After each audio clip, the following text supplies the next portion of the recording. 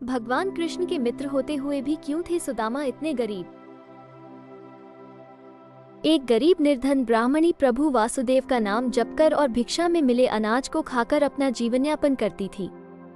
एक वक्त ऐसा आया कि उसे 5 दिन तक भिक्षा नहीं मिली। वो रोजाना प्रभु का नाम लेकर पानी पीकर सो जाती थी। छठे दिन उसे दान में कुछ चने मिले। रात में वे चने वो सिरहाने रखकर सो गई कि अगले दिन भगवान का भोग लगाकर वह चने खाऊंगी। रात में उसकी कुटिया में चोर आए और चने को सोने की मुहर समझकर चुराने लगे। आवाज सुनकर ब्राह्मणी जाग गई और शोर मचाने लगी।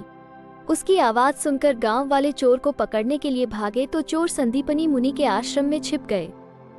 संदीपनी मुनि के आश्रम में ही कृष्ण और सुदामा उन दिनों शिक्षा ग्रहण कर रहे थे। गांव वालों को अपनी ओर आता देख चोर हड़बड़ाहट में चने की पुटकी वहीं आश्रम में छोड़ गए।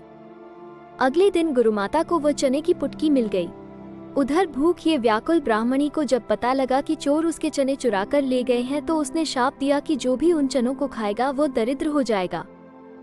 सुदामा और कृष्ण रोजाना की तरह जंगल से लकड़ी लाने जा रहे थे। गुरुमाता ने वह चने सुदामा को देते हुए कहा कि भूख लगे तो दोनों लोग मिल बांटकर खा लेना। सुदामा जी ब्रह्म ज्ञानी थे।